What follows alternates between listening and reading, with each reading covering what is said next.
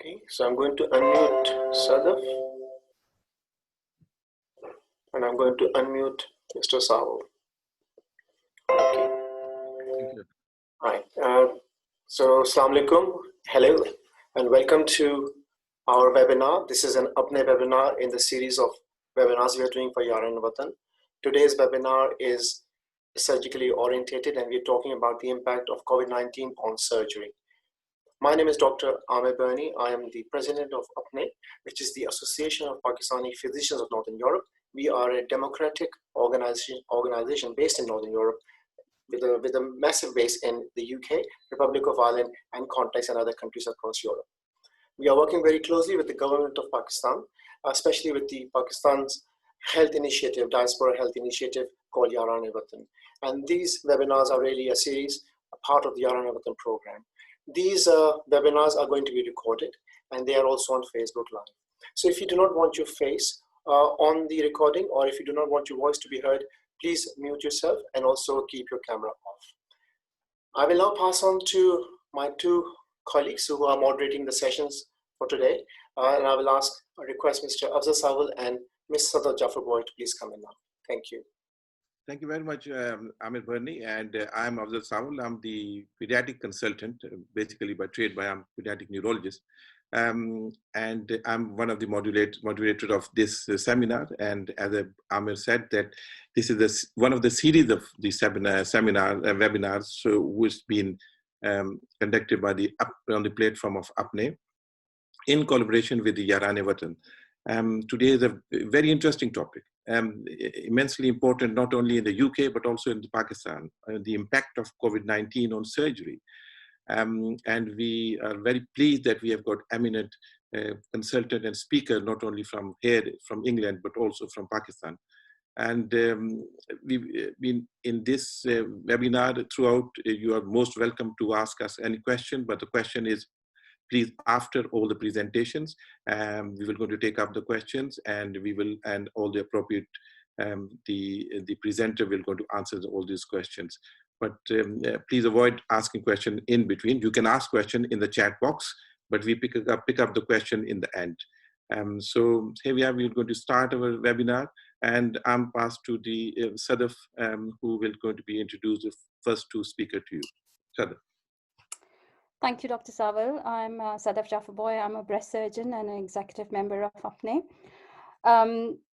As Dr. Berni and Dr. Sawal has already mentioned some ground rules for today's webinar. Without wasting much time, I'm going to introduce our first speaker, who is Mr. Naseem Waraj. He's a consultant colorectal and general surgeon at Walsall Healthcare NHS Trust, and he's going to talk to us about emergency surgery during COVID. Over to you, Dr. Waraj.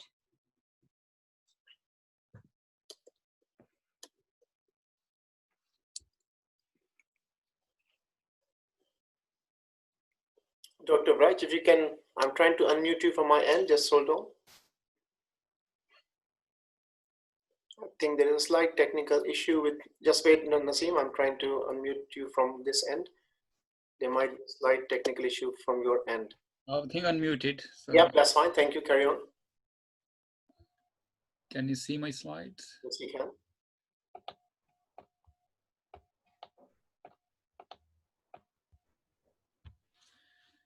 Okay, thank you so much. My name is Naseem Waraj, and thanks for asking me to talk about emergency surgery services within the COVID-19 pandemic and how have we dealt with it during this unprecedented situation. I'll start with the important slide of the presentation, which is a conclusion of my slide. And just to reiterate that this is so highly contagious as well as deadly virus, and anybody can spread it and anybody can get it.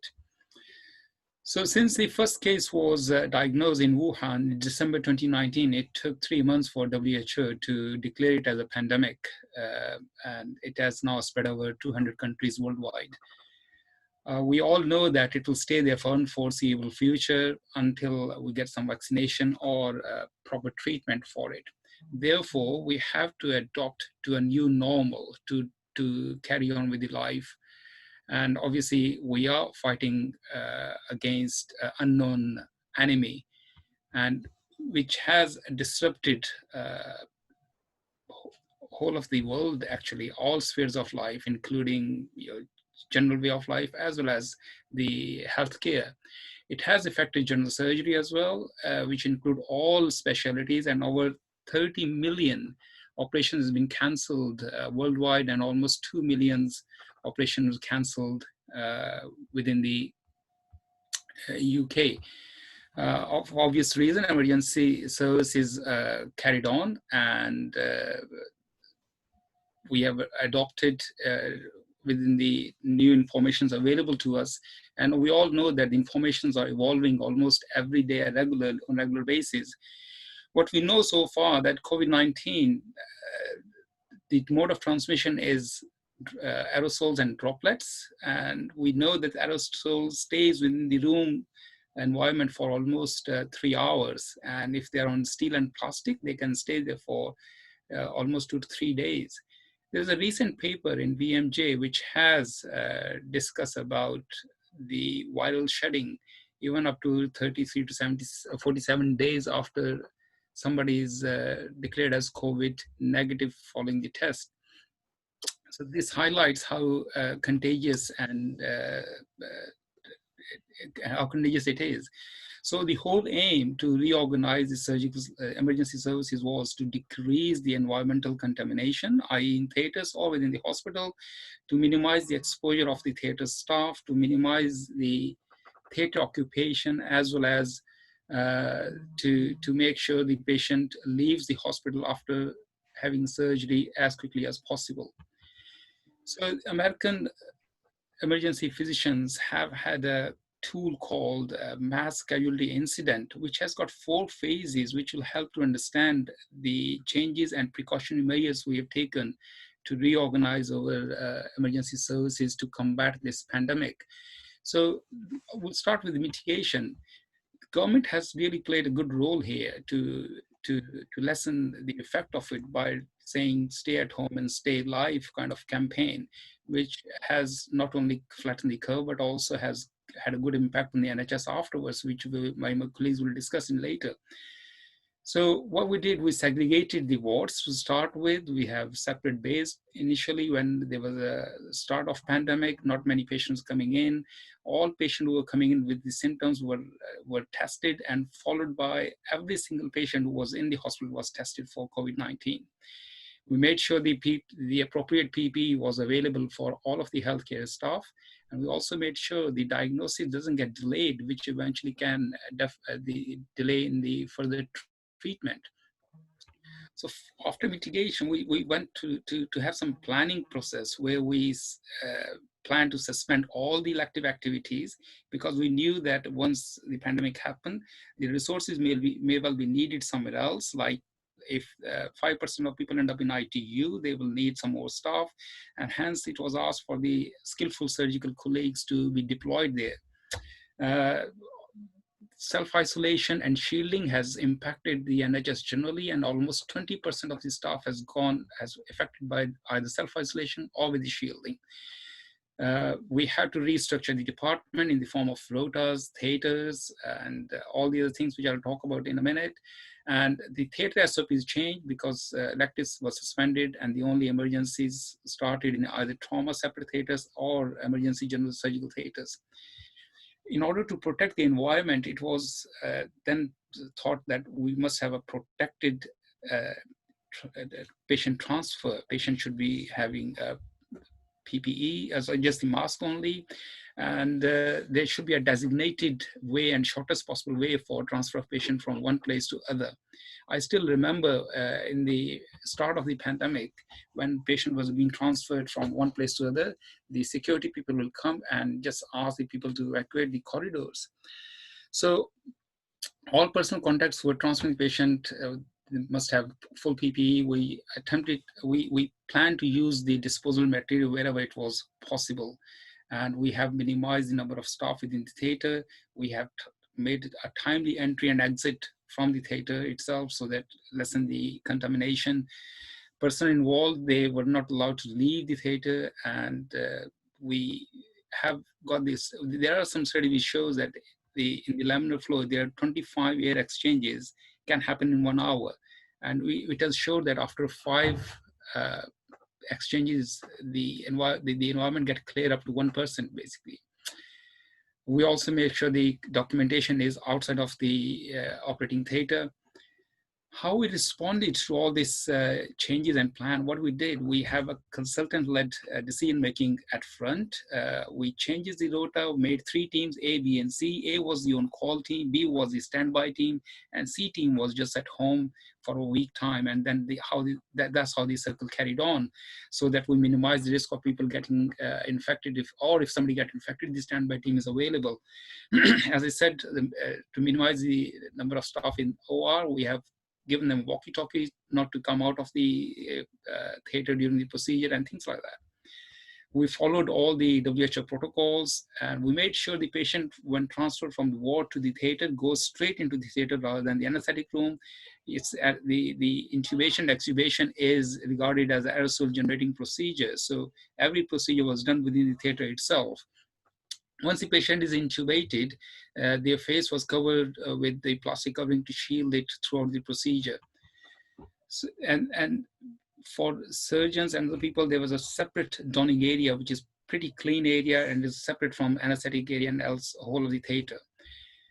It was, once the patient been anesthetized, it has been given almost 12 to 15 minutes for the air to clean from the air exchanges within the theater itself.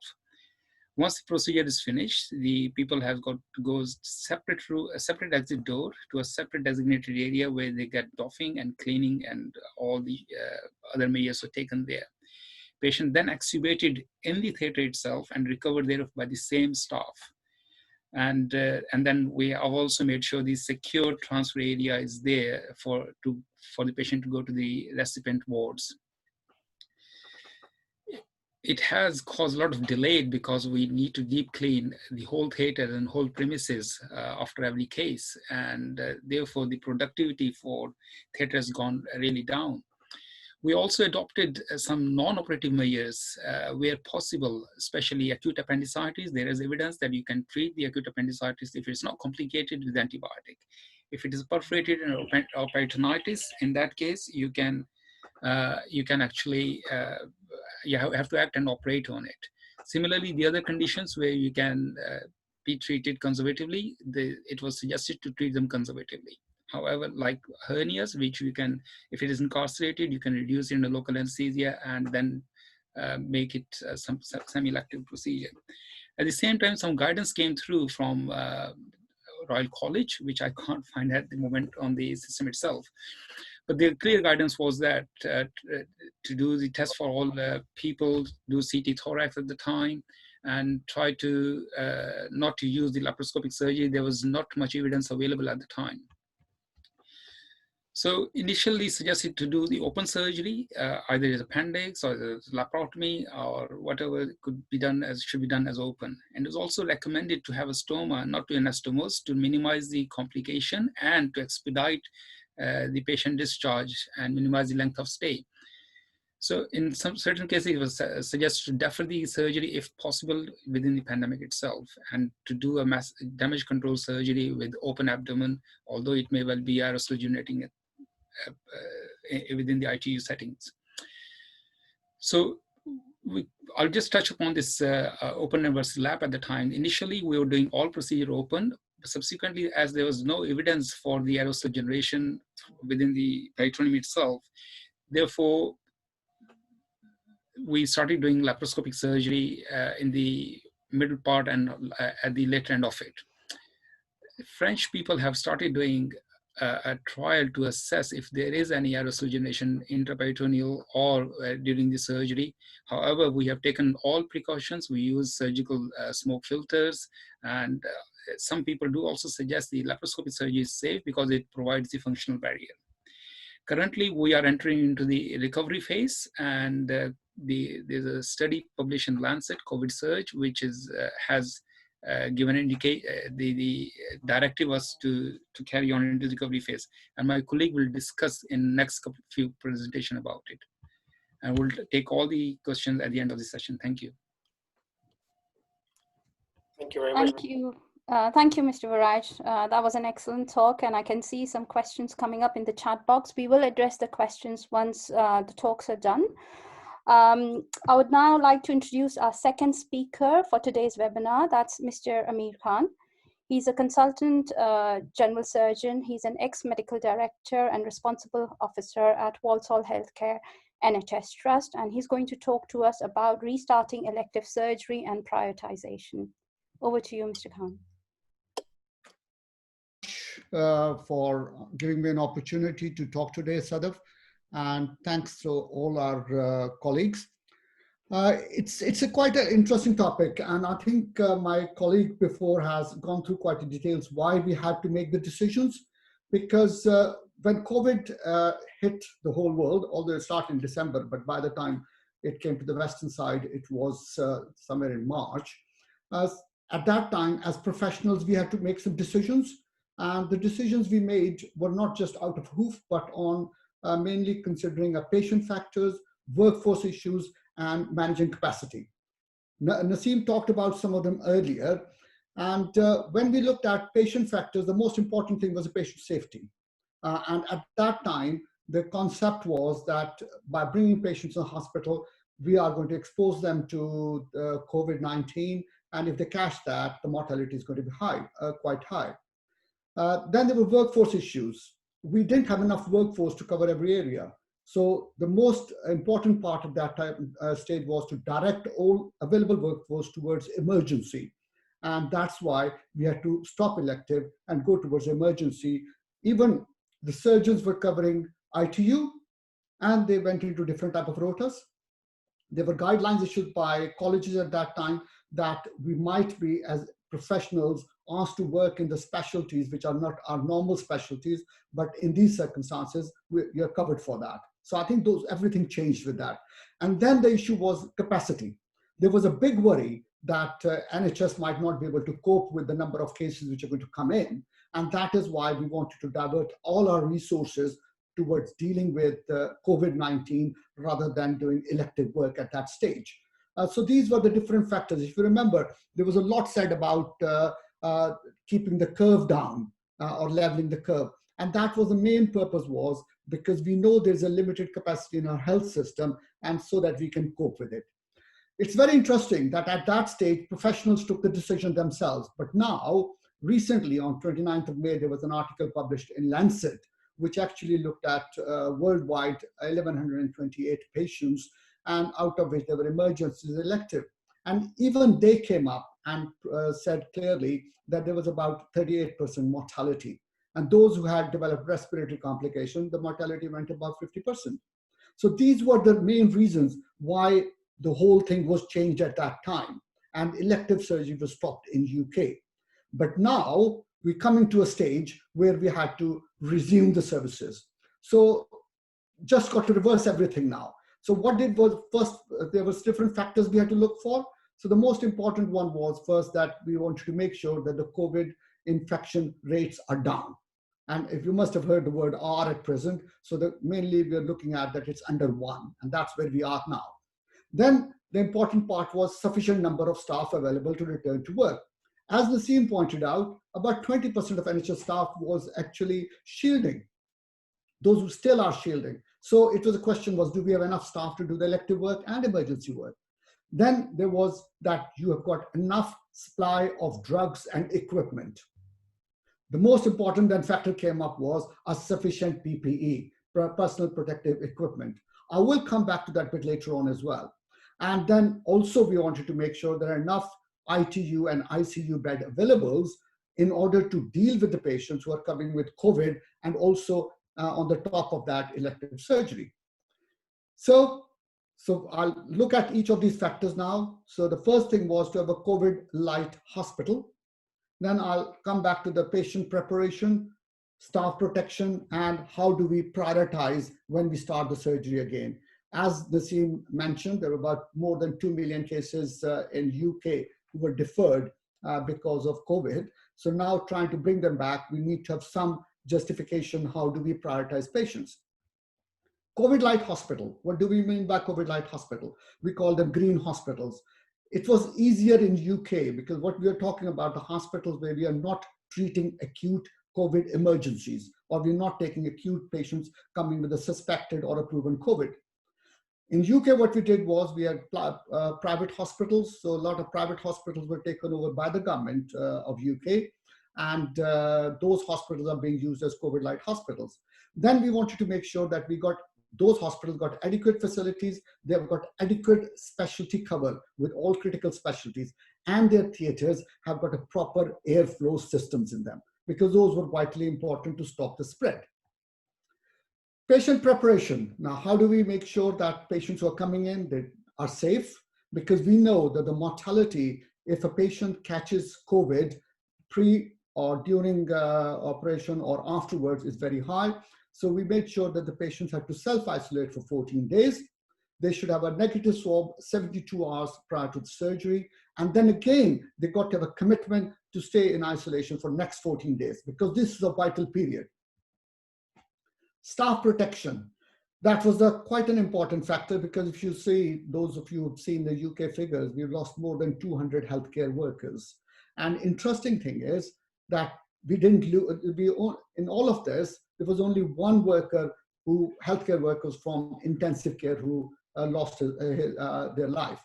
The reason was because of proper PPE in healthcare environment. And that was mainly ITU, where there was a proper PPE at that time. So there was a lot of myths about PPE, but recently there's a very recent article which has been published by NERVTAG, which is a new and emergency respiratory virus threat advisory group. And Scottish government has published their recommendations. On basis of that, PHE, the Public Health England, has modified its recommendations for use of PPE. It's interesting, they looked at it, aerosol producing procedures. It's mainly the evidence, strong evidence is in favor of procedures which are performed on oropharynx, like intubations and nasal or pharyngeal procedures done by ENT. And the other one was upper GI endoscopies, where there's sucking involved, quite a lot of it. So, but on the other hand, there was very little evidence to show that laparoscopy disposes to spread of these viruses. So I think the guidelines have changed accordingly now. Then it was risk assessment of the staff itself. We know that about 70% of the staff who passed away during the COVID crisis, who lost their lives in the line of duty, were from Black and ethnic community. So there's a risk assessment of staff, which is mandatory for every organization to do it now. Then it was that we wanted to make sure there are allocated trained staff in theaters. Because when you are wearing all this PPE, it's very difficult to communicate. I'll show you some photographs at the end of it. And what we want to make sure is that the workforce is properly equipped and is able to do it. And as Naseem said earlier, most of the surgery was being done by seniors, people who got experience. That does have an implication, and I think we could to some stage discuss that, of the training of the junior doctors now. Then came prioritization, because if you know, there is in NHS, there is a waiting list, especially my colleagues from UK can understand it. So we had to decide, how do we prioritize? So prioritization was done on these lines. I'll just give you some example. The first one, emergency operation needed was 24 hours, is quite clear, and that is emergency procedures requiring laparotomy for ischemia or for peritonitis. Then 1B, or bowel obstruction, which could be prepared in 72 hours and then could be dealt with. So that goes in there. Within 1 month, are people like who've got a Crohn's stricture, requires surgery, could be done within 1 month. And then MDT directed breast cancer was following in that, and MDT directed pancreatic and esophagogastric cancers. Then comes level 3, which is within 3 months. In that, you still got MDT directed colorectal cancer, as well as someone who is presented with pancreatitis and gallstones needs laparoscopic cholecystectomy. And then you can put rest of the patients into the group. Legal problems. Now, it's very important. We need to make sure patients understand that there is a risk of them catching COVID, because legal issues, legality or responsibility doesn't change with this. So we have to inform the patient. Recently, the BOMS, which is a Metabolic Society of UK, has issued a consent form, which patients have to sign and send it back. and they've got to give commitment of 14 days isolation pre-surgery and 14 days isolation post-surgery. And there are also, we need to cover, because we are making changes in our fundamental pathways, the procedures which we are doing tomorrow, now we are postponing them for a month or 2 months onwards. So I think we need to be clear about those things. Post-operative care, this operation doesn't end with surgery. Post-operative care is vitally important. So we need to make sure patients understand what sort of care they're going to have afterwards, who's going to be looking after them, and where they're going to be looked after, and make sure they haven't got someone in their house who's shielding, because they're a risk themselves. So I think those factors got to be looked into it. Also, if these patients are readmitted, which environment they will come into and how they're going to be looked after. So these were all the important factors we had to address before we moved on to starting elective surgery. And just a couple of photographs here to just see and lighten the mood a bit. This is the new era we are into. I'm doing my outpatient clinic sitting in the garden, and also this is my theater equipment, and that's what I said about conversation with the staff is difficult with it. Thank you very much. I will take questions at the end. So thanks for joining me, and stay safe. Thanks, Sadaf. Thank you, Mr. Amir Khan. That was an excellent talk. Like we said earlier, we are going to take questions at the end, so please keep posting your questions in our chat box. I will pass on to my co-moderator, Mr. Sawal, to introduce our next speakers. Thank you very much, Sadaf. And so far, there's excellent talks. Our third speaker, Mr. Yusuf Iftikhar, who is also a consultant surgeon, associate professor, Royal Derby NHS Hospital in UK. And Mr. Iftikhar is talking about a very important group of the patient, which is the cancer patient. And now his talk title is Impact of COVID-19 on Cancer Surgery. Mr. Iftikhar.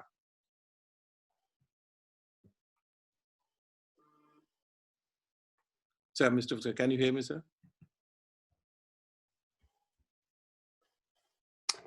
We just need to unmute Mr. Unmute yourself, sir. I'm just trying to unmute Mr. Iftikhar. Just bear with me. I'm just taking a bit slow on this end. Just bear with me.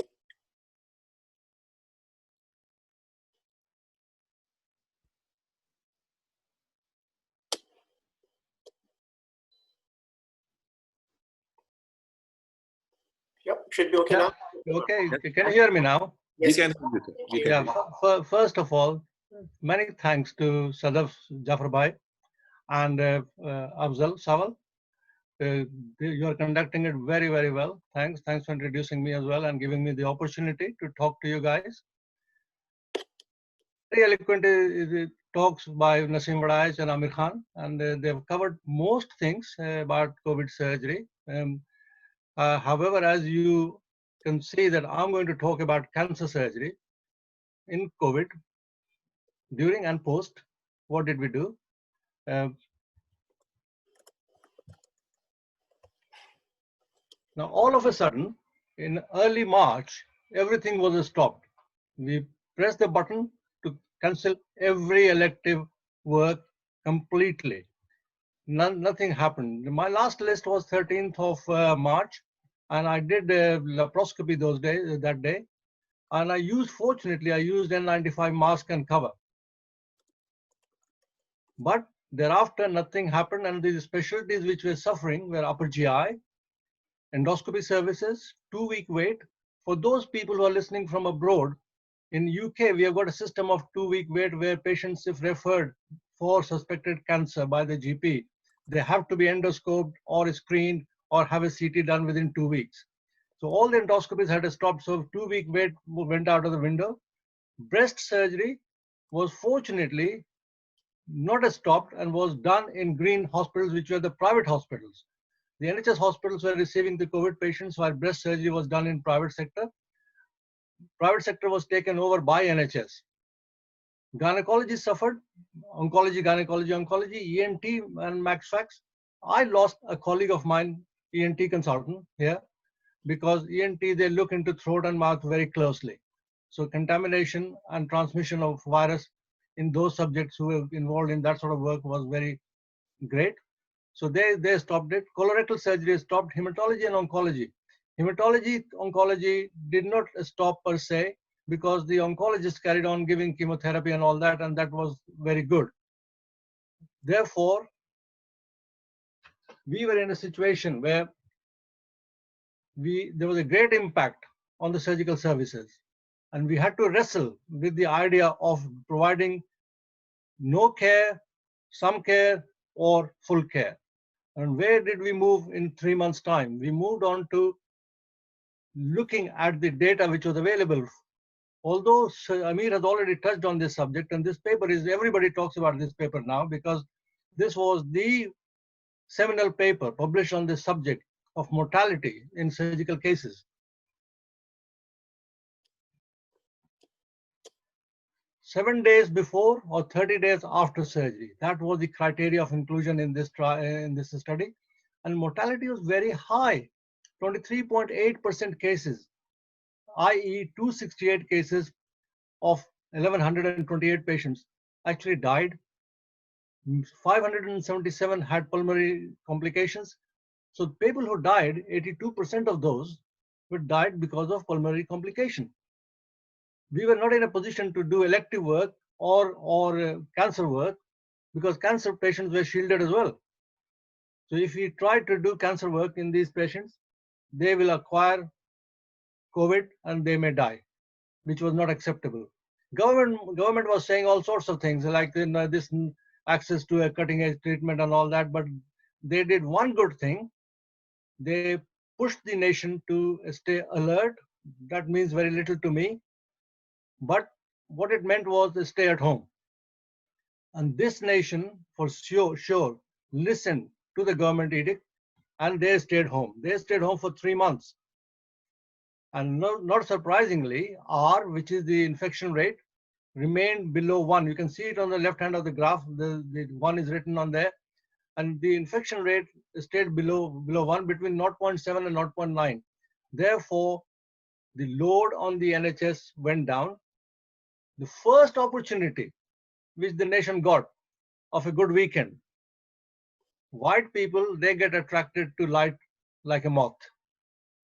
And you can see on this beach, in Bournemouth Beach, hundreds and thousands of people are there. Similarly, we had unfortunate incidents of Black Lives Matters issue, and lots of black people came out on the street as well. And what impact these two incidences will have on the rate of infection and will there be a second wave or not, that remains to be seen. However, as regard to cancer surgery, we couldn't do a staging laparoscopy, we couldn't do endoluminal ultrasound, we couldn't do ERCP. So we were stuck. And that covered, the laparoscopy covered gynae and colorectal as well as upper GI. Why did we not do laparoscopy? Because this paper really talks about it very, very well. It discusses that when we use devices which produce plume, electrocautery, laser, or ultrasound and scalpel,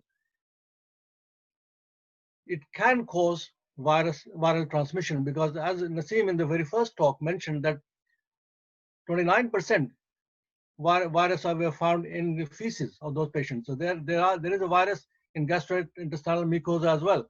So there could be a transcoelomic transmission, but it really is not true. That was totally unfounded because the evidence was not there in the literature. There's only one study which really talks about hepatitis B virus transmission, and what they found was that in 11 cases, they detected virus in the plume. But never again, no other study has been done which will look at in vivo effect of the viruses found in the plume. Are they truly infective or not? So we don't know. But safe thing was to stop laparoscopy and don't do it. Therefore, we had to develop techniques which will protect us, which will protect the staff, which will protect the patient as well. This was a war-like situation. In every war, we have learned lots and lots of things. The majority of surgical developments have come as a consequence of the war. I was one of the first ones to actually fit test an N95 mask and this gown. Then now things have moved on. We now have respirators. Amir has shown us one of his photographs sitting in the garden, and next to it is the theater attire. And that is this this sort of respirator, which doesn't require mask. But this mask actually works far better in my view. In my case, it's fully safe, fully protective, and you can only use cover, and that works. Great innovation happened just before the COVID came in was this air seal. Air seal has got gas going in and gas coming out. So temperature is maintained, pressure is maintained, view is very good, and there is suction attached which doesn't leak out anywhere. So this machine actually provides you a fantastic laparoscopic environment to work in and protects you as well. Now, as regard to cancer surgery, I wouldn't go into the detail of consenting and all that. Amir has already touched on that subject in great detail. Once you have all done that, identified the individual who needs surgery, we have commenced surgery already. What we do is that we test them like on day one.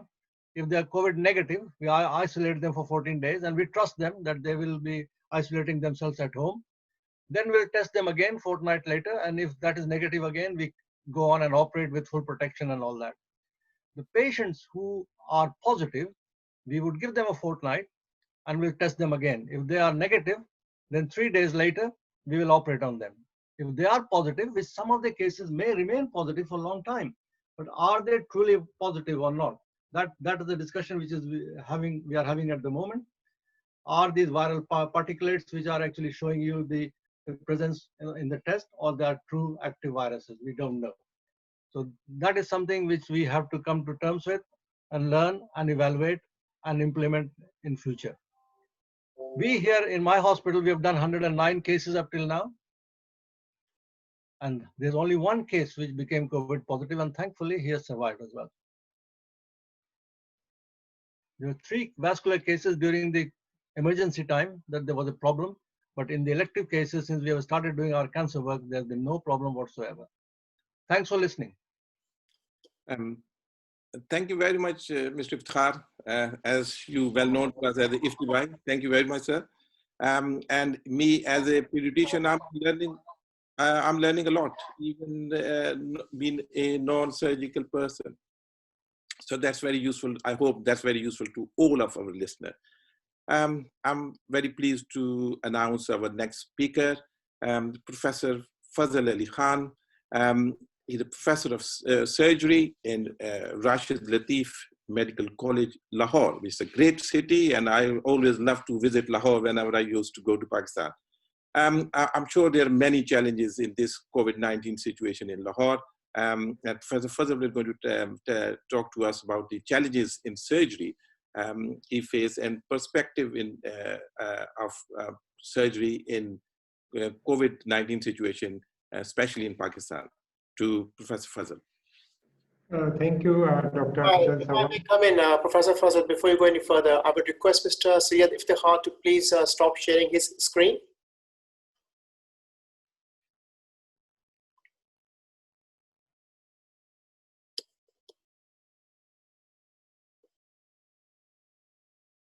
Thank you.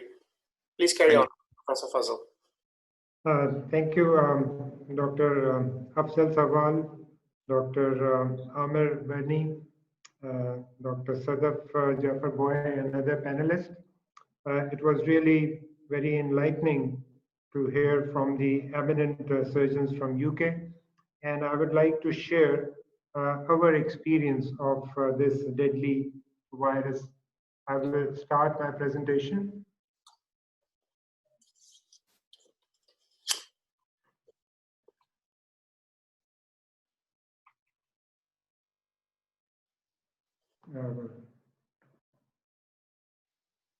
Just a minute. Okay, so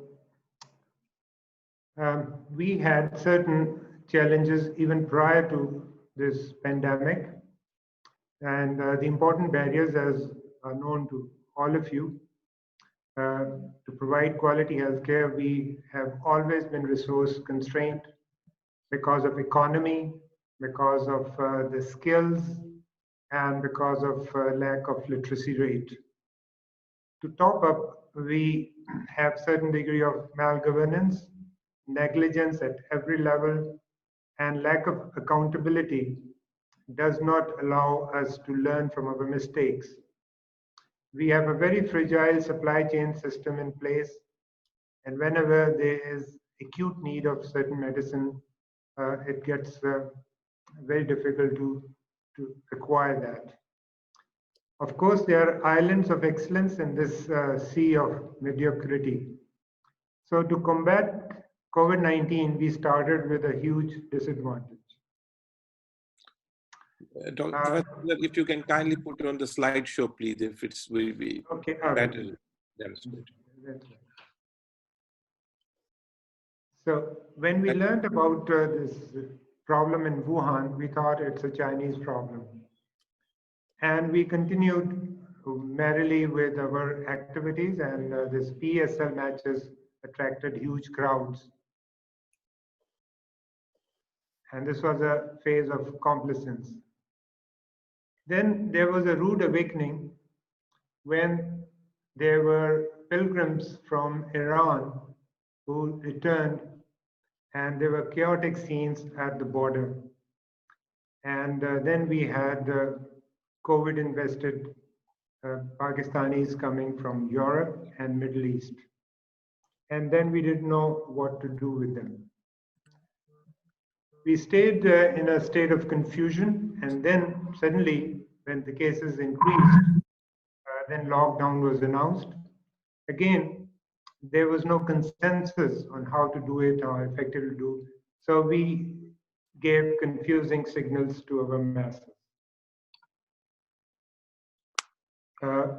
Even in lockdown, adequate preparations were not made to deal with the cases once we eased the lockdown. Because of economic situation, we thought that it cannot be continued indefinitely. There were many myths, conspiracy theories, political point scoring, and these raised false hopes and fears, and all culminated in blame game and anger. As a result, the kind of respect and kind of trust that NHS had, unfortunately, our health delivery system did not have that. And when the patients did not see the facilities on ground, they were very angry with the doctors. And when there was a fatality, they thought it was the negligence of the doctor.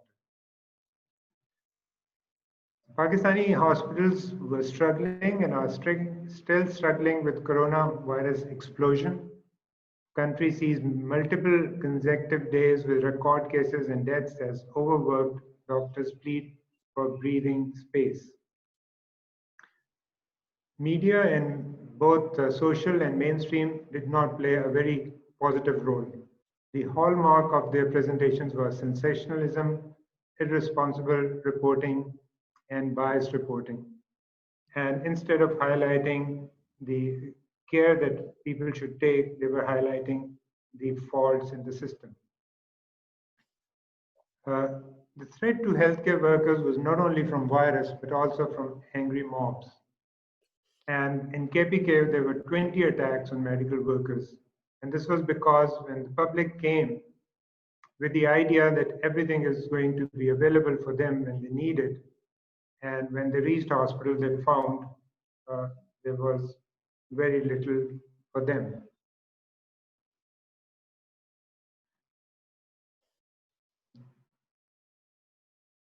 Now, I will talk about the emergency surgery during COVID-19. Initially, we continued as usual. Lockdown and fear of corona led to delayed presentation in more critical conditions. Incidents of COVID infection and deaths in healthcare workers demoralized doctors. There were not enough PPE, there were not enough guidance available. And suddenly, surgeons thought they have to fend for themselves, and they start looking for guidelines from abroad. Improvised and inappropriate application of these guidelines and pathways and fear resulted in deaths. In many non-COVID acute abdominal trauma cases in public sector hospitals, when needed surgery, they were referred for screening and referred to medical ward and corona ward, and ultimately dying of sepsis. Many dedicated diagnostic centers were closed. The endoscopic facility remained unavailable for weeks, and then there was limited availability. PCR facility for screening was only available in major cities, and it was rationed. Only those who could afford to get privately done were able to get it done when they needed. Others had a certain criteria to fulfill, which many of them did not, in spite of the symptoms they had. Now, as surgeons, we try to improvise care of urgent and non-cancer surgery by doing more percutaneous procedures. For example, an acute cholecystitis of image-guided cholecystomy, stenting of CBD endoscope was available. Because of fear of aerosol generation, we avoided general anesthesia wherever it was possible and used regional anesthesia instead. And we started doing pre-operative screening of our patients, and the patient wait for 24 hours to 48 hours before screening became available. But now we get screening results within 12 hours. And then we realize the importance of perioperative isolation as if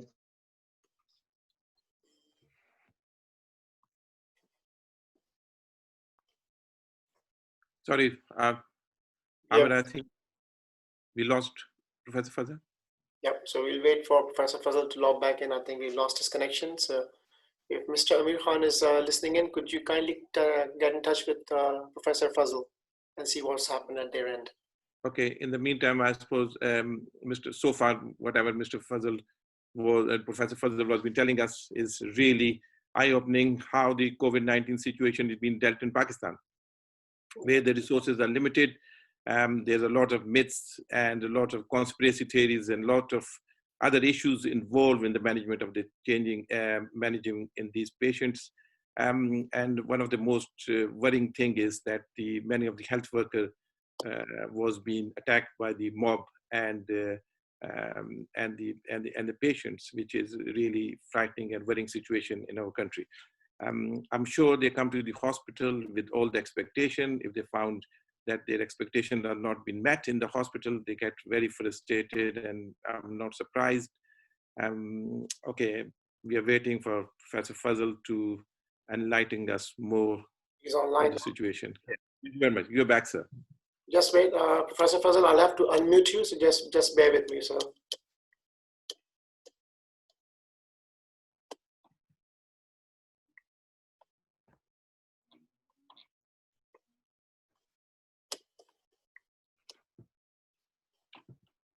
You have, I can't see Professor Fazal's name on the list.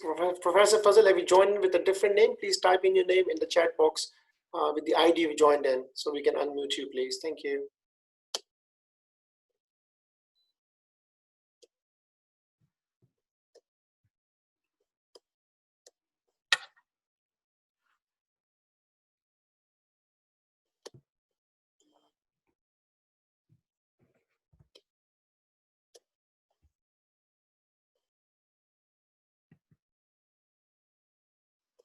Professor Fazal, would you please say a few words? I can hear you. That's fine. Yeah. Please carry on, sir. Carry on. Thank you very much. I can hear you. Can you hear me? We can. Yes, we can. Please carry on. Okay. So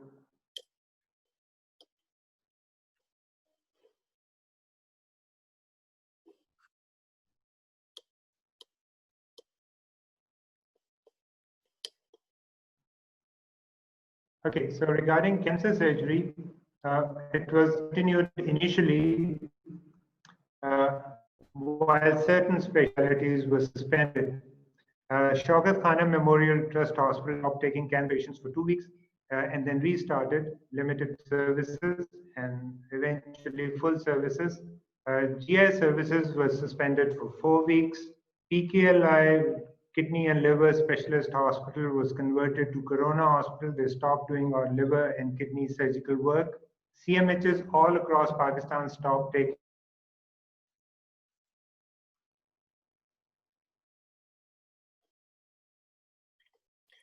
think again we some technical issue at Professor Abul Fazl's end.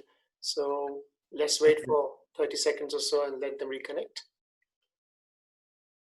While in that 30 seconds, we're going to keep discussing. If there's any question, please writing down in the chat box. We will going to be answering at the end of the sessions. And we try our best to be finishing on time.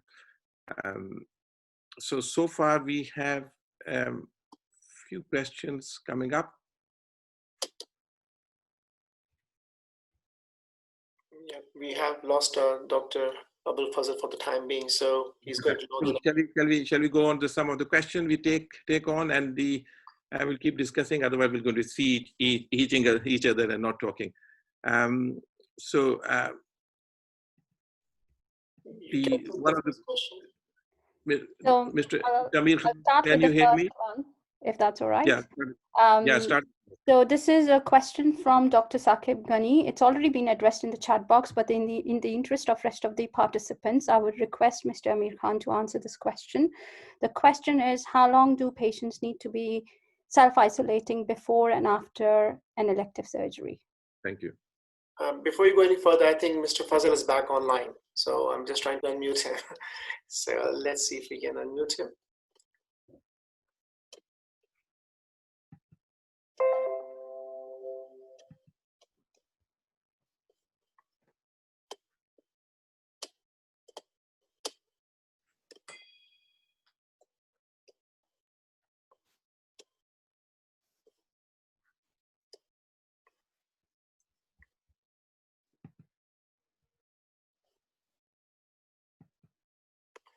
Mr. Fazl, can you hear us? I can hear you clearly. Please carry on. We keep losing the signal from your end. If you would like to carry on with your presentation. Okay. Okay, so we were discussing that cancer surgery initially continued in some of the hospitals and in certain specialities, while Shaukat Khana Memorial Hospital, PKLI, they stopped for a while. Actually, PKLI is not doing any surgery now. All CMHs all across Pakistan stopped taking civilian patients. Certain departments completely withdrew service, like oncology in certain public hospitals. But in other hospitals, they continued. More patients are now being referred for new adjuvant radiotherapy. We have very limited radiotherapy facilities, and usually there's a very long waiting time. So we need to adjust our fractions so that we can accommodate more and more patients. Where feasible, new adjuvant chemotherapy was recommended, and those already on new adjuvant chemotherapy were advised additional courses.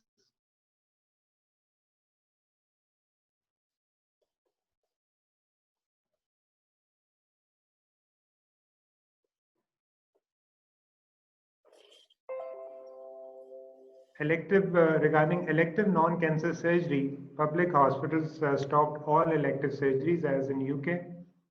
Private hospitals continue as long as they felt safe, and then they stopped when they thought it was risky. There was shift to regional anesthesia wherever possible.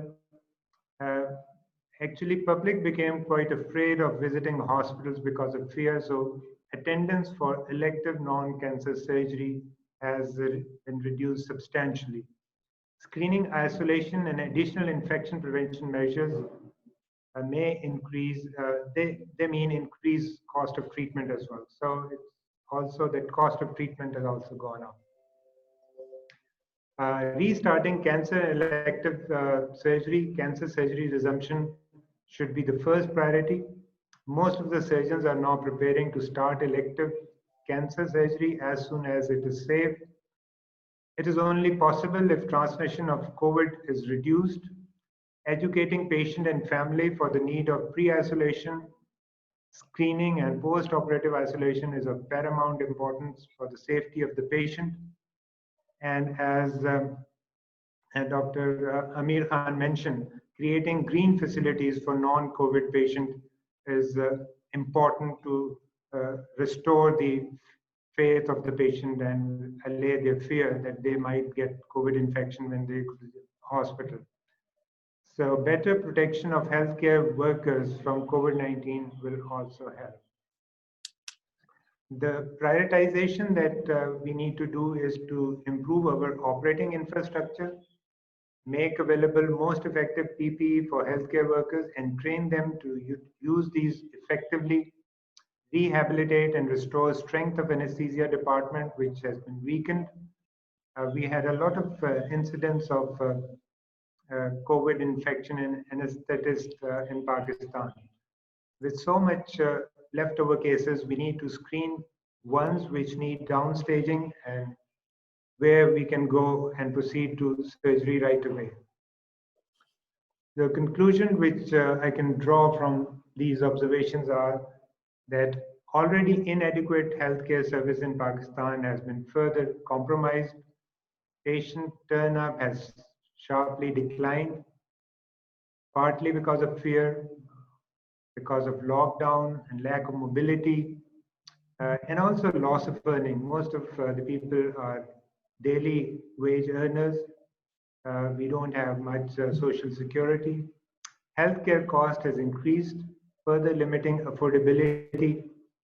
Many of the cancers have been upstaged, and it means they are no longer resectable. We should develop separate COVID-19 and non-COVID-19 facilities to reduce fear of patient and healthcare workers and reduce the transmission of infection while they are in the hospital. I think we need to invest more in healthcare delivery and to improve supply chain as well. With the economy going in recession, it appears a stiff challenge. So I conclude my presentation here, and questions will be asked whenever you want. Thank you very much, Professor Fazal. That's a quite enlightening presentation.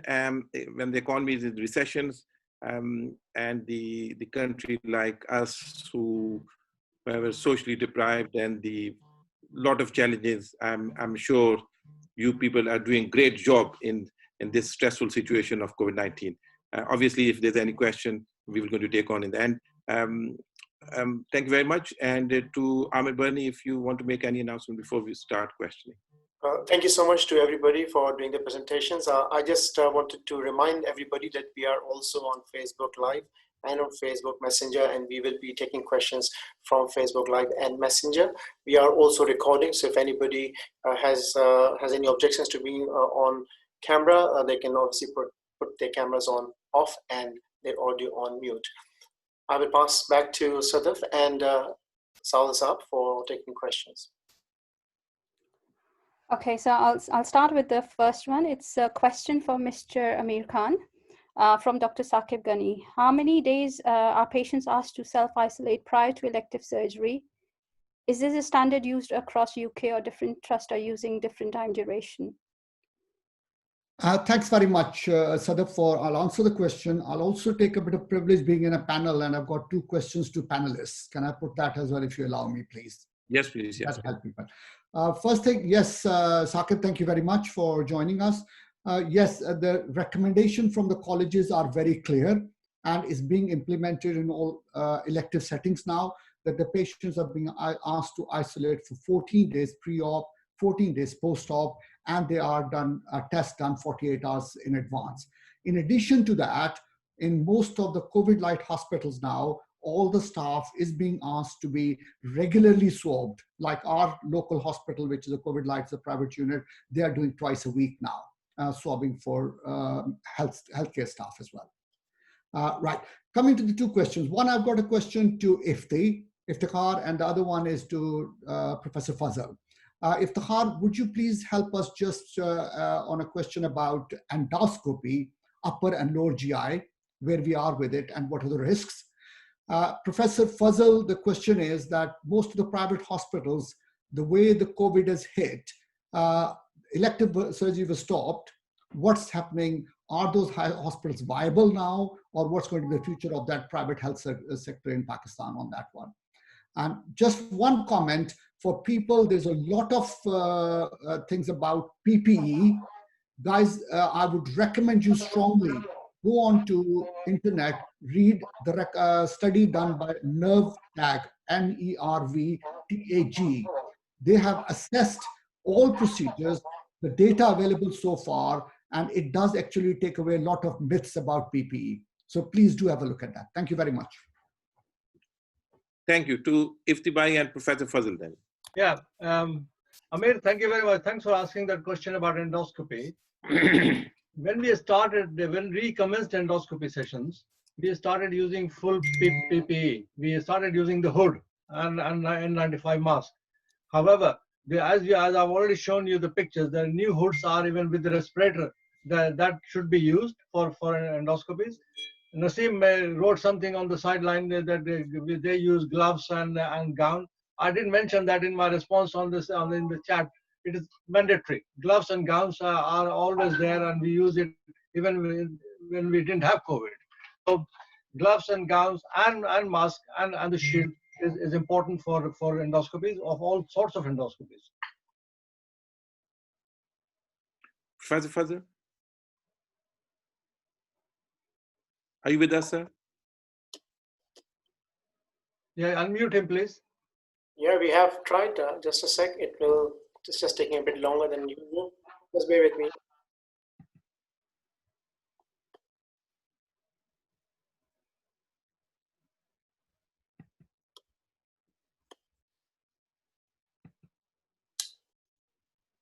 Yes, please. Okay, so the Amir Khan asked about the viability with the reduced number of operations being done in private hospitals. There is a government facility of loan at a very low interest rate. Government gives loan at 3%, and we can pay our employees will be paid by the bank. So we will not get the salary, and we will not reimburse to our doctors, but instead the government is going to pay during this period.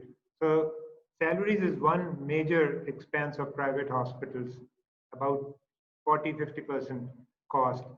So that facility is there. So in that way, the viability is becoming possible.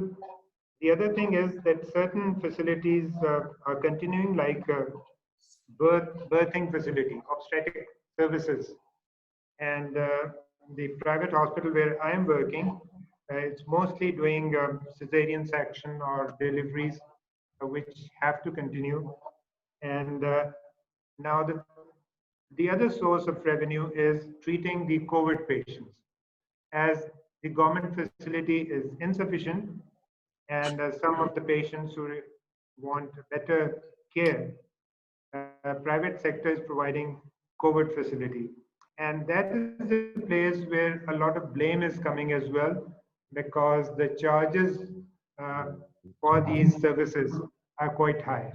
I can share with you that on average, it costs 30,000 to 35,000 to pay for the medical officers, hygienists, respiratory technicians, and the consultants. So this is on top of the normal routine room charges.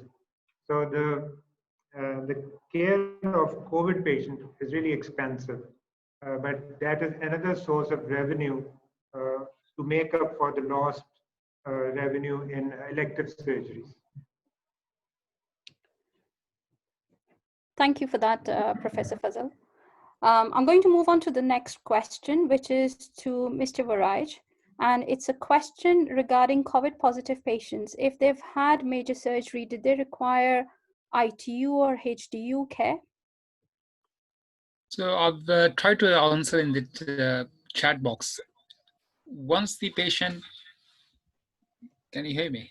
Yes, thank you. So once the surgery is done and patient is COVID negative after one test, the norm was they were used to discharge back to the nursing or care. But we need to keep in mind that 1 in 3 swabs are false negative. And that's where the problem happened when the patient got discharged nursing home or care.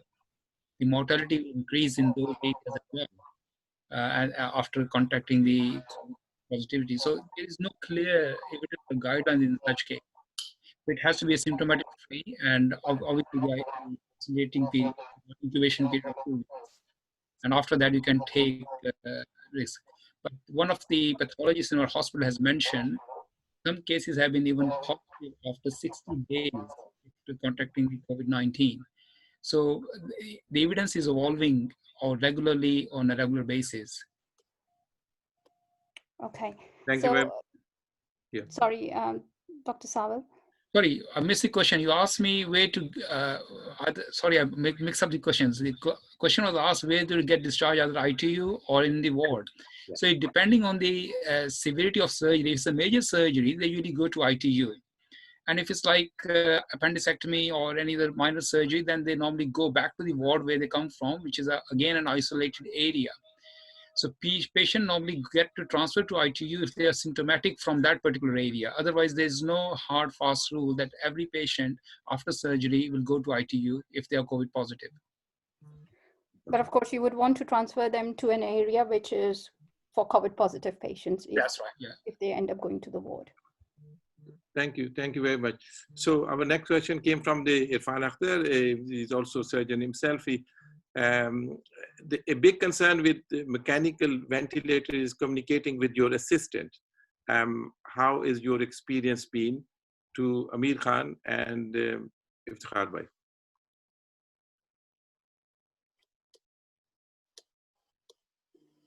If I may add on to that, I mean, I probably put in more. One of the concerns as we started doing more and more of laparoscopic work, and that is where you need your assistants to move the camera around, or even for other operations. The hood has limited the communications and being understood quickly and precisely. That has been raised, and we are now investing into some microphones. Is that an experience with you guys, or how have you tackled that? Right. And I may add on that it doesn't help if you are Welsh or Scottish. Okay. Thanks very much, Irfan. Actually, I'm going to answer the question, but then I've got a question for you as well, which has come from the audience as well. I think as far as that's one of the reasons I stressed when we talked about the team. It is a practical problem when you're wearing a hood to communicate with people properly. So you need a proper team. You need the team which is you're used to. You need assistants who are used to, the nurses who understand the procedure. You can't just do it with everyone. So I think you have to have those in place unless until you can start using microphones or talk to each other. But it is difficult to communicate with the hoods. It is true. That's a practical point. Can I ask you a question now here? There's a question put by one of our questioner audience is that the surgeon who has, because you don't mind me saying, it's mainly to do with surgeon who is recovered from COVID, their return back to work and the risks. Please. Yeah, so no, I don't mind a question at all. I think it's no more a secret. Yes, it's a challenge. It is a challenge on many fronts. Firstly, your personal front, and then the service itself. It doesn't help that if you were one of those who were doing a special procedure, which there are not many alternatives around. So the service does get affected. As probably you or Iftibai said, that the good thing about that was that the surgery halted, and pretty much all elective work was stopped for up till the 1st of July. So what has resulted is that maybe we mitigated at that time in absence, but then the pile up is building up and up and up. The second bit is your own personal, recovery plan, and it is extremely bizarre the effects of COVID on various people. Alhamdulillah, I'm doing pretty all right, and I'm planning to start hopefully next month or a month after. But there are people who have got strong post-ITU symptoms which are still prevailing, and they need a long rehabilitation. And this not only picks up the time when you are at your recuperative phase, but also the phase return, which will follow gradually to come up back to your speed where you were. So I think it's going to be a big challenge for NHS as we progress. I'm not including the mental health part of that thing, which is affecting a lot of colleagues. even though they did not have a very severe disease, but they still suffered a lot. So COVID has been a mystery, remains a mystery, and its effects on various people are protean, and it kind of baffles you. Irfan, can I just, the thing is that there is now, we know the studies have shown that although you could be antibody positive, but that does not give you immunity against the disease. So the risk about reinfection with this one, I'm sure, is there something more for an audience to understand about that? Yeah, so the last survey, which was done by the Royal College of Physicians, is that the total workforce, although we have only done about 38 or 40% of them, 10% of those turned out to be positive. So 90% of people are still negative to antibody test, whatever it means. That kind of counter argues the fact that whatever we were using, good or bad, according to PPE, because there have been lots of questions about PPE, it was working, because only 10% have got positivity, 90% still remain negative. It's a very, very important factor to keep in mind when we start calculating about PPE.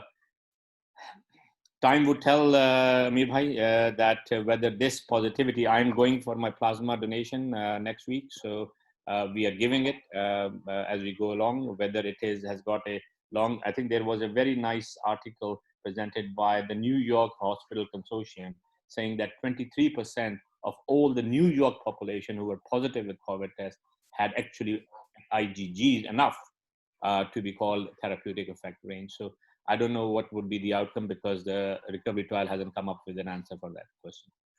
Okay, thank you very much, Irfan. The next two questions I'm going to put to Mr. Iftikhar. One is, he can talk about the communication with the assistants, and also second, somebody asking that what he thinks delay in the management of cancer cases with a significant impact in the prognosis of that cancer, please. Thanks, Afzal. And I read those questions, and I'm delighted to be answering it. First thing, when we started our theater setup with the hood and everything, Irfan brought this up. Indeed, it was difficult. The hood was hitting your assistant. If you had more than one assistant, then it was nightmare. The light wouldn't go into the wound, and so on and so forth. What we have done now is that we actually use the communication wireless system. We put it inside the hood and we talk, because otherwise we were writing on a piece of paper, a sterile paper, as to what we want. We were showing it to the nurse that I want a scalpel now, I want a suture now, and it wasn't working very well. There was a lot of struggle, because you got very tired as a surgeon as well, within the mask and hood and everything. Now the second question was, Saul, what was the second one we asked? I mean, what's the impact on the cancer patient? Cancer patient, yes. Now, we had difficulty. When I put a slide up, that the impact was enormous, and we were wrestling with the issue as to how best we can manage it. What we did was that the number of new adjuvant treatment available for these patients, some of them get 3-cycle chemotherapy to start with, then surgery. There are other trials, and out of trial as well, 4 cycles of chemotherapy. So we actually started giving people 4th cycle. And so that will buy us time. And so hopefully that will not have any adverse outcome of care on these patients. But I'm quite certain that some of the people have suffered. The disease doesn't wait for you. And if you don't treat upper GI cancer, which I normally do, if you don't treat them, majority of them will no longer be with us more than 6 months or 9 months. So they progress very rapidly. If you don't give chemotherapy or surgery, so I'm sure there will be an impact. And that question was asked by Harun Javed Majid. Harun Saab, if you are listening to this, the answer is that indeed, in the long term, you will realize that there was some adverse effect because of this. Thank you very much. Okay, the next question is from Mr. Shabi Ahmed. Yeah, I know Mr. Ahmed himself is a consultant urologist, and the question is for Mr. Iftikhar, Mr. Waraj, and Professor Abul Fazl. It's a question, are the GI surgeons resuming upper and lower GI endoscopies? And what is the level of PPE used, and is virtual colonoscopy an alternate option? I've already answered this before in a question answer before. Somebody else has asked colonoscopy, gastroscopy. Yes, we are covering ourselves and protecting ourselves in every possible way. Irfan has already mentioned that those people who were protecting themselves, the infection rate in them was very low. And in the chat box, it was highlighted that of the 340 healthcare workers who have died, there was one ITU consultant, and there were 2 or 3 ITU nurses, and the percentage was very low. Because they were protecting. The PPE available in ITU was the best available in a hospital as compared to A&E and all that. So thank you, Mr. Iftikhar. Mr. Varaj, is virtual endoscopy, virtual colonoscopy an alternate option? Yes, initially when we started, as for just to reply Shabi's question for PPE, as a colonoscope, lower GI surgeon, we have presumed the colonoscopy services. But again, with full PPE, FFP3 mask, shielding, double gloving, not single one, double gloving and gowning. And also the time between the two pieces to clean the area. That's on the endoscopic purpose. And you're asking about the virtual CT scan, virtual colonoscopy, which is again a CT scan and require full bowel prep. That depends on your full resources available. Some centers can't do it, and other centers they got full facility to do it. It is again highly contagious procedure, and they have to take precautions in the CT scan area. As we just found out, that 30% of people do have fecal-oral contamination. So initially it was stopped in our hospital in the beginning, and then restarted halfway through when the curve was started flattening out. So yes, it is a viable alternative for excluding the cancers, lower GI cancers. Thank you. Professor Fazal, what is the situation with virtual colonoscopy in Pakistan? It has got a very limited availability. The other thing is that endoscopic services have restarted with proper PPE. So endoscopy is available, and virtual colonoscopy is available in very limited places. Thank you. Okay, thank you very much. I think the next question to be asking about the PPE, if due to certain reason, if the mask does not fit very well to the face because of the beard or the shape of the face, what would be the alternative to any person who has got beard, Amir Khan sir? He's muted. Great. I think it was a big issue with FFP3 masks because if you got a beard and like mine was okay because it's short, so I can go across it. Otherwise, because the exchange from outside air doesn't stop, so you had to. A lot of people had to shave because of that. Hoods are okay if you can fit your beard within the hood, but if you got a very large beard, you might not even fit in the hood. So that is a practical problem, and there isn't an easy answer to that. Either they change their fields or do something different, but it isn't an easy answer. Can I take an advantage and ask a question from Sadaf? Sadaf, being a breast surgeon, could you please just tell us the management of breast cancer during this period? So we use the same prioritization categories as you had mentioned in your talk. There were no category ones because we don't do emergency cancer work. Category 2 were the triple negatives or HER2 positive cancers, or the ones who had neoadjuvant chemotherapy and awaiting surgery. So those were the patients we carried on operating on them. Whereas with the ER positive small cancers, most of which were screen detected, we had put them on neoadjuvant hormones. This is right back in March. But now as services have started to resume, we are calling these patients back and we are now operating on them. With regards to oncoplastic work, back in March and April, we weren't doing any reconstructions, but now we have selectively started offering that services. Because the changes you made by putting people on adjuvant because you couldn't operate on them, are you going to look at that data and compare with the survival of the ones you normally just go with a normal management? So this is an ongoing national audit about breast cancer management. So, you know, in 6 months, 12 months time, we will know what is happening to them. But I have to say, Having operated on a couple of patients, particularly the ones who were node positive, we haven't seen much response. In fact, the ones that the DCIS went quite low down on the list. And I have to say, having operated on a couple of DCIS patients, we have found an incidental finding of an invasive component, which has been HER2 negative. So certainly, there has been a bit of a delay, but hopefully in terms of systemic treatment, they shouldn't come to any harm. Thank you.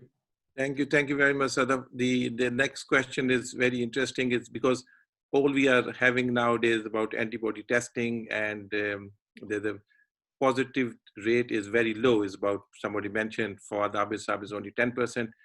The question is that what conclusion we draw from it. That means is that there's no herd immunity, and we all should be wearing appropriate PPE. But I want the opinion of other panelists about this, because we haven't got antibodies against this COVID-19. So what's a surgeon will going to do in this situation? I think we need to learn to live with it. I think we need to make sure we take all precautions. The message should be the disease hasn't gone away. The disease is still there.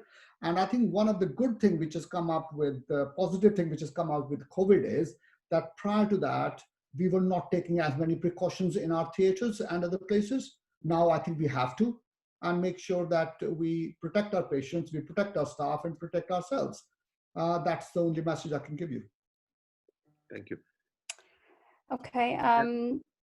The next question is for Mr. Amir Khan. During the acute phase, a number of hospital staff were struggling with the pandemic, with some of them being carers for parents and have disabled children who had comorbid problems.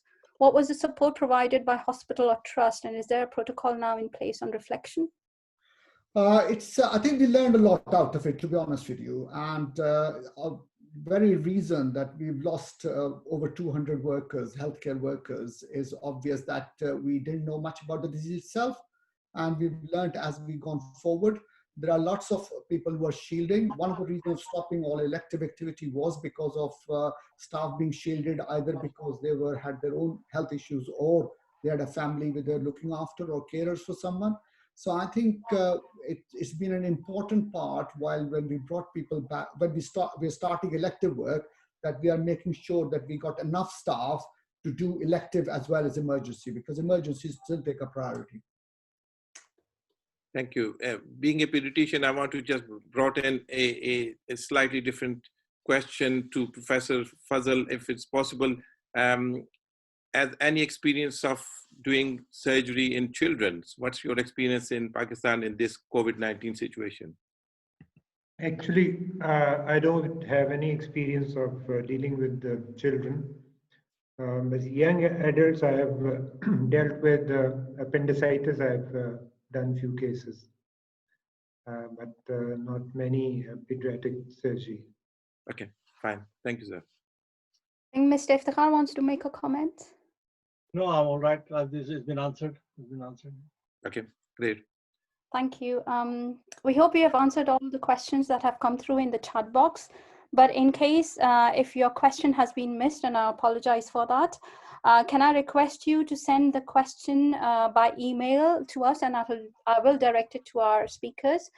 The email address to send the question is education@upne.uk. And before we close the session, I would want to make an announcement for our next upcoming webinars. So we've got a webinar lined up for the 4th of July, which is for young junior doctors who want to apply for psychiatry training. And we've got another webinar lined up for the Yaran-e-Watan series on the 12th of July, which is on cardiorespiratory issues and COVID-19. It'll be the same time, which is 11 o'clock British Standard Time, or British Summer Time, and 3 o'clock Pakistani time. I will pass on to our president, Dr. Amir Birni, for closing remarks, please. Thank you very much to all of you. Thank you, Sadaf, and thank you, Dr. Afzal. I must first thank our panelists, Mr. Varaich, Mr. Amir Khan, Mr. Abu Fazal, and Mr. Yusuf Iftikhar, for taking out the time and being part of the webinars today. Thank you to all participants who have taken out their time and to join us from Pakistan, Republic of Ireland, England, UK, other countries. So thank you all for joining in. On behalf of APNE and as president of APNE, I would like to thank the team of Yaran Vatan, the team leader, Mr. Usman Mushtaq, Mr. Mohammed Bilal, who've been very helpful for us, and also His Excellency Dr. Zafar Mirza, the Special Advisor to the Prime Minister on Health, for his support and recognition of the services and the abilities of the Pakistani overseas diasporas towards this health initiative. So I hope you've all enjoyed this webinar. As Mr. Jafar Boy has already said, we have a few webinars lined up and we hope to see you at them as well. So thank you, everybody. Thank you very much. Thank you very much. Thank you to all of you. Thanks, everyone. Thank you. Thanks for Thanks, Professor Fadl, for joining us from there. Great to join from Pakistan. Yes. Thank you. Thank you very much, all those who have joined us, especially Abul Fazal. That's very kind of you to join from Lahore. It was wonderful to be with you. It was very good to have you here. That's fantastic. Thank you. Thank you, guys. Thank you. I think special thanks to the Sadaf and Afzal for conducting it. Fantastic. Yes, Thank you very Excellent much. conduction. That goes without, The producer. that goes without saying. They are part of the family, so that's why we didn't mention it. Thank Thank you. Thank you. So nice of you. Thank you very much to all of you. Stay safe, guys. Thank you. I'm going to stop the recording now. Stay safe, all of you. Stay safe.